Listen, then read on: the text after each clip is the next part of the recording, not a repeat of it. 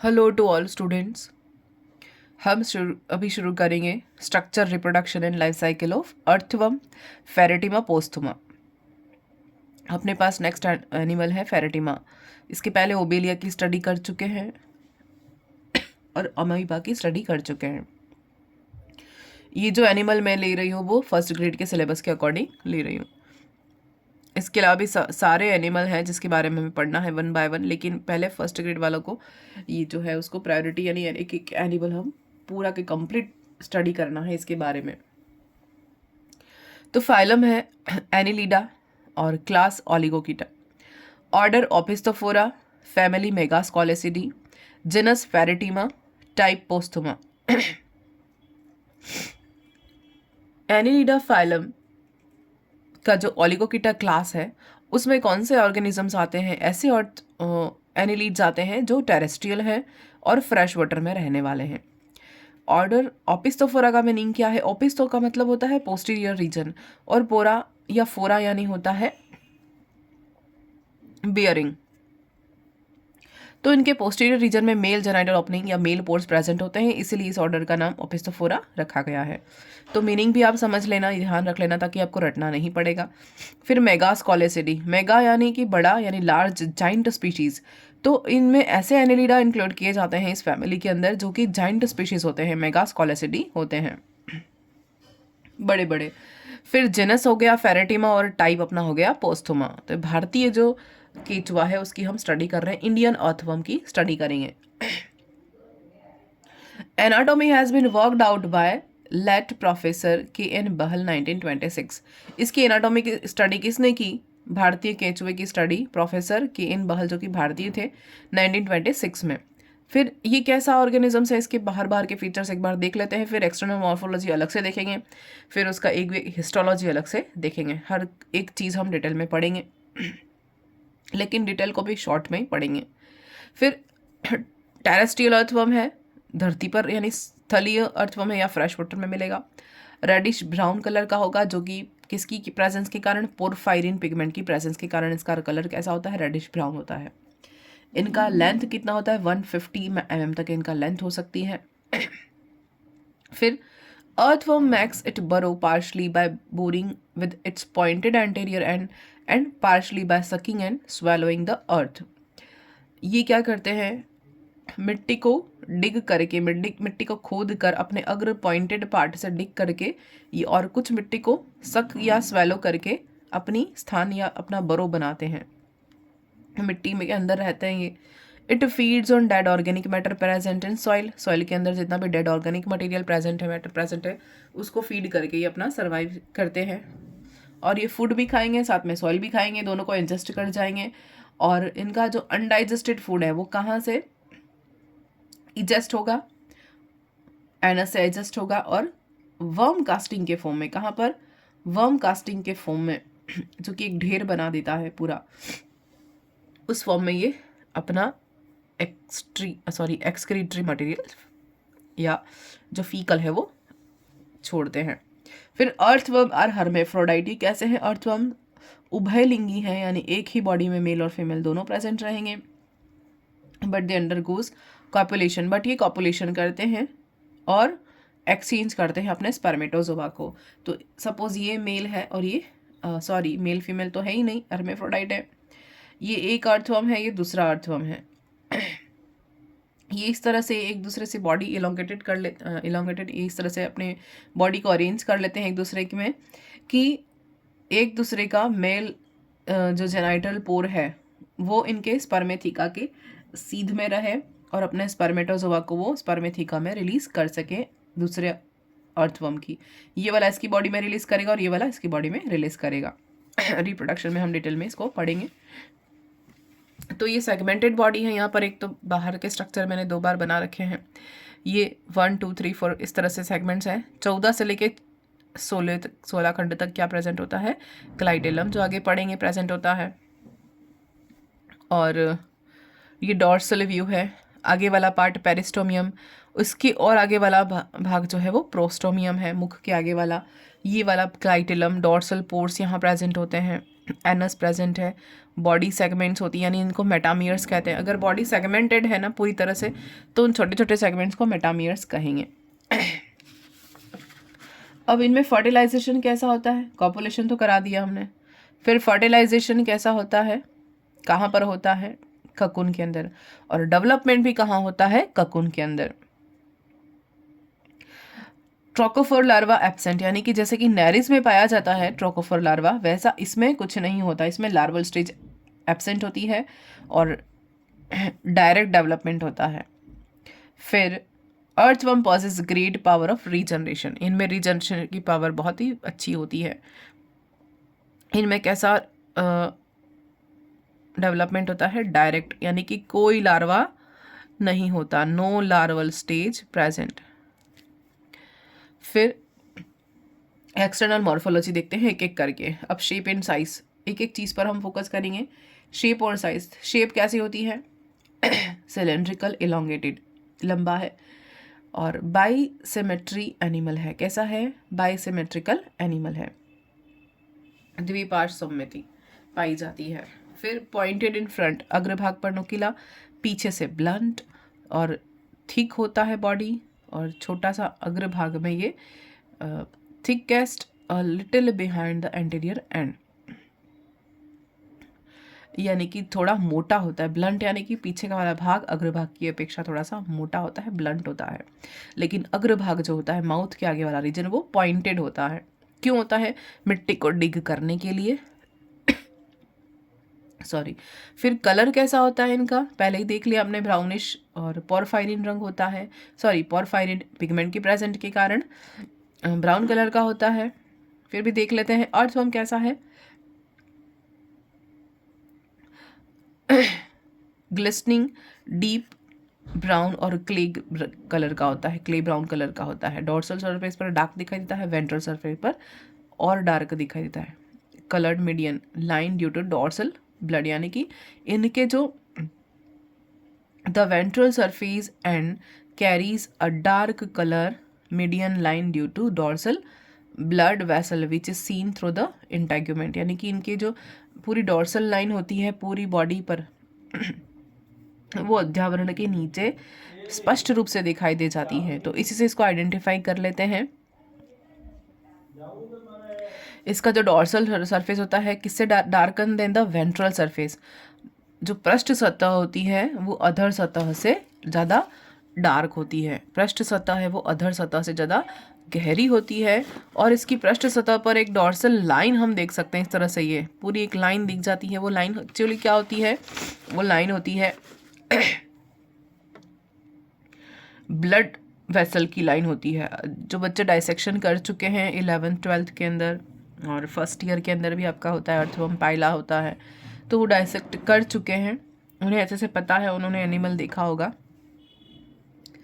तो ये इस तरह से अर्थवर्म की अपीयरेंस होती है। फिर brown colour of worm is due to the pigment porphyrin, ये भी हमें पता है, present in the body wall and it protect the body against bright and strong light. तो ये प्रोटेक्शन भी देता है, ब्राइट लाइट के अगेंस्ट इनको प्रोटेक्शन भी देता है। अब देखते हैं सेगमेंटेशन। बॉडी में सेगमेंटेशन होता है? हाँ होता है। बॉडी कैसी है? सॉफ्ट है और naked body of earthworm is divided into 100 to 120 similar segments.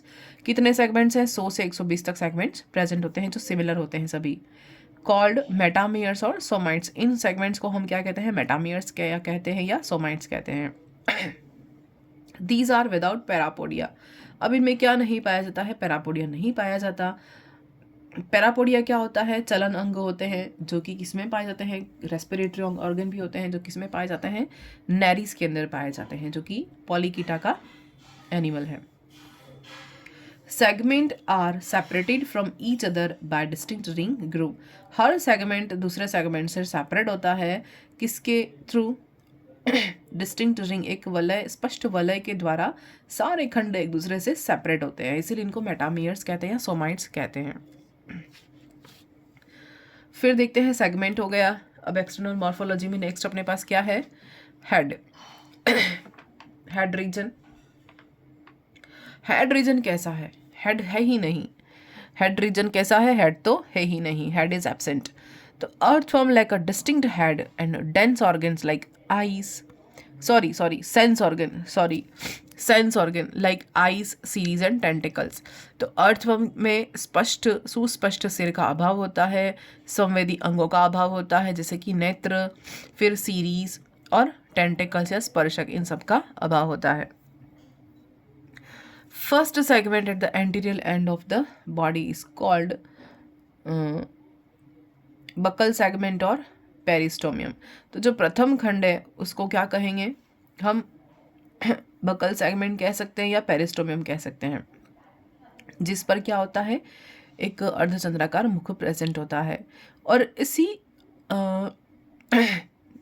Peristomium के आगे और माउथ के आगे की ओर एक और थोड़ा सा फ्लैशी लोब बनता है। तो बॉडी का सबसे पहला सेगमेंट होता है वही क्या है? पेरिस्टोमियम कहा जाता है, जिसके अधर तल पर या अंतस्थ सतह पर अर्धचंद्राकार माउथ प्रेजेंट होता है और इसके आगे एक फ्लैशी लॉब जैसा स्ट्रक्चर निकला होता है, प्रोलॉन्ग्ड, जो लंबा होता है थोड़ा सा, वो क्या कहा जाता है? प्रोस्टोमियम कहा जाता है। जो क्या करता है? माउथ को आगे की ओर कवर करके रखता है। फिर है अपना अगला पॉइंट है हेड। एक्सटर्नल मॉर्फोलॉजी पढ़ रहे हैं, उसमें अगला पॉइंट अपना क्या रहेगा? क्लाइटेलम। क्लाइटेलम क्या होता है? एक परिपक्व अर्थवर्म में, मैच्योर अर्थवर्म में एक एक्सटर्नल फीचर के फॉर्म में एक मोटा ग्लैंडुलर सबस्टेंट होता है, एक गर्डल लाइक या glandular thick band of glandular tissue होता है। ग्रंथिल ऊतकों का बना एक स्ट्रक्चर होता है, जो कि एक मोटा स्ट्रक्चर होता है, जिसको क्या कहते हैं? क्लाइटेलम कहते हैं। Which completely and permanently surrounds by segments 14th to 16th, यानी 14 से लेके 16वें खंड तक, ये 14, 15, 16 ये तीनों खंड मिला के क्या बनाते हैं? क्लाइटेलम बनाते हैं, जो कि ग्रंथिल स्ट्रक्चर होता है। क्यों होता है ये? एग के लिए और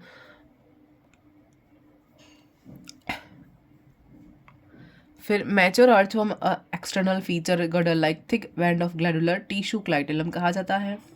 ये 14 से लेके 16वें खंड तक होता है। होता क्यों है? ककुन फॉर्मेशन के लिए। ड्यू टू इट्स प्रेजेंस, इसकी उपस्थिति के कारण या दौरान, the body is distinguished into pre clitellar region, clitellar region और पोस्ट क्लाइटेलर रीजन, यानी 3 भाग में इसको, पूरी बॉडी को डिवाइड कर सकते हैं। किसकी प्रेजेंस के आधार पर? क्लाइटेलम की प्रेजेंस के आधार पर। इसके अग्रभाग वाली बॉडी क्या कही जाएगी? Clitellar region. क्लाइटेलम वाला रीजन क्लाइटेलर और क्लाइटेलम के बाद वाला रीजन पोस्ट क्लाइटेलर। अब ये जो है क्लाइटेलम कैसा होता है? ग्लैंडुलर ऑर्गन है, ग्रंथि अंग है। क्या करता है? म्यूकस सिक्रेट करता है और एल्ब्यूमिन सिक्रेट करता है। क्यों? एग को न्यूट्रिशन देने के लिए, एग कैस के अंदर न्यूट्रिशन देने के लिए एक एग कैस या ककुन बनाता है, जहाँ पर कौन स्टोर रहता है? एग्स। क्यों रहते हैं? क्योंकि हमने देखा था कि फर्टिलाइजेशन कहाँ हो रहा है? फर्टिलाइजेशन तो ककुन के अंदर ही हो रहा है और जो एग हैं वो भी ककुन के अंदर ही डेवलप हो रहे हैं, इसलिए इसको क्या चाहिए? न्यूट्रिशन चाहिए। तो कौन प्रोवाइड करेगा? क्लाइटेलम की जो ग्रंथि अंग है वो प्रोटेक्शन भी देगा, ककुन भी बना देगा और एल्ब्यूमिन भी दे देगा और साथ में म्यूकस भी सिक्रेट करेगा। फिर है सीटी। सीटी क्या होते हैं? सीटी formed of a horny nitrogenous organic substance, एक नाइट्रोजनस सब्सटेंस के बने होते हैं, जो क्या होता है? काइटिन का बना होता है। वो नाइट्रोजनस सब्सटेंस क्या है? काइटिन।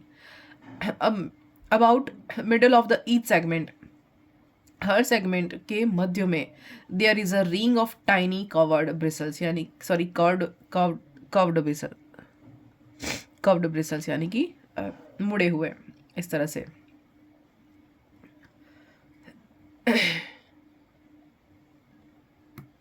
ये सिटीज ऐसे होते हैं, हर सेगमेंट्स के बीच में जो ग्रूव आता है वहाँ पर एक रिंग बन जाती है ब्रिसल्स की। ये होते क्या है? ऐसे तो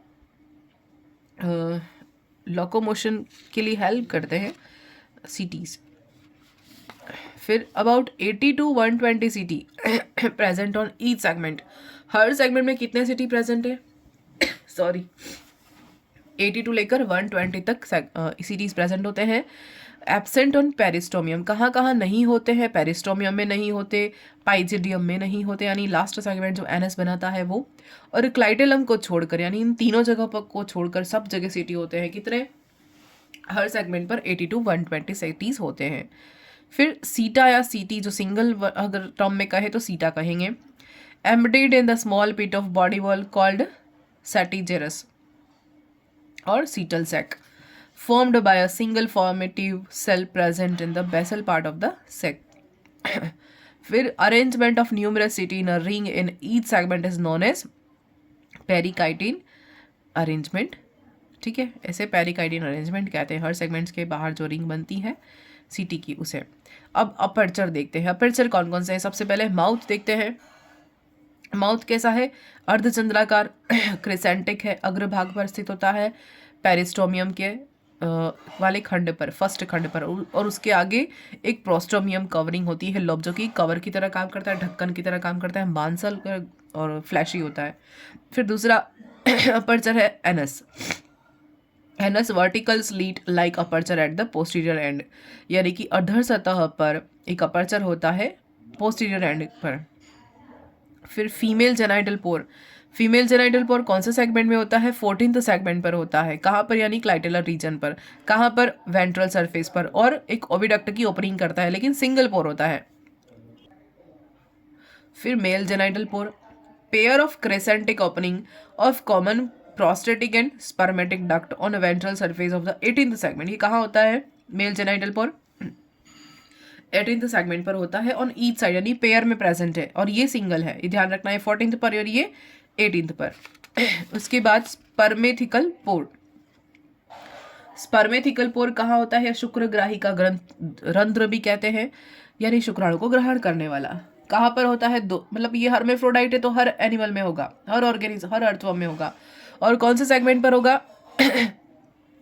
5th to 6th, 6th to 7, 7 to 8 और 8 to 9, यानी 5 से लेकर 9वें खंड तक ये प्रेजेंट होता है। कौन? स्पर्मेथिकल ग्रूव, हर साइड्स, हर सेगमेंट में, ऑन ईच साइड, 5 से लेकर 9वें सेगमेंट तक, ईच साइड वेंट्रोलेटरल पोजीशन पर कितने? 4 जोड़ी होते हैं स्पर्मेथिकल अपर्चर, जो क्या करेंगे? शुक्राणु को ग्रहण करने का काम करेंगे। फिर nephridiopore. Nephridiopore, large number of every minute opening of integument nephridia scattered और all over the body except the first 2 segment, यानी प्रथम 2 खंडों को छोड़कर पूरी बॉडी पर अध्यावरणीय नेफ्रिडिया, यानी कि इंटेग्यूमेंट नेफ्रिडिया प्रेजेंट होते हैं, पूरी बॉडी पर स्कैटर्ड होते हैं, छोटी छोटी ओपनिंग्स होती हैं, और लार्ज नंबर्स में होती है, बहुत सारे, असंख्य होते हैं। तो इसके अलावा यानी और कोई भी होते हैं तो 2 और होते हैं नेफ्रिडिया, और प्रकार के भी हो सकते हैं। एक होते हैं फेरेंजियल नेफ्रिडिया, दूसरे होते हैं सेप्टल नेफ्रिडिया, और तीसरे होते हैं इंटेग्यूमेंट नेफ्रिडिया। तो ये वाले नेफ्रिडिया पूरी बॉडी पर प्रेजेंट हो गए। फिर डोर्सल पोर, यानी पृष्ठ सतह पर होंगे, बैक साइड पर। कहाँ? 12वें खंड के बाद, यानी आगे के 12वें खंड, 12 खंड छोड़ दो, उसके बाद के जितने भी खंड हैं सब पर क्या प्रेजेंट होंगे? डोर्सल पोर प्रेजेंट होंगे, इसीलिए इनको ओपिस्थोफोरा में इंक्लूड किया गया है। छोटे छोटे माइन्यूट अपर्चर या सेलोमिक चैम्बर प्रेजेंट होते हैं, लोकेटेड मिड डॉर्सली, पृष्ठ सतह पर, और 1 in each inter segmental groove, her inter segmental groove में ये डॉर्सल पोर प्रेजेंट होते हैं। उसके बाद देखते हैं जेनाइटल पेपिली। जेनाइटल पेपिली क्या है? 2 pairs of conspicuous rounded elevations, 1 pair each in the 17th and 19th segments. Genital pore कहाँ पर प्रेजेंट है? 17वें से लेकर 19वें सेगमेंट तक प्रेजेंट है। 2 पेयर हैं, 2 जोड़ी हैं।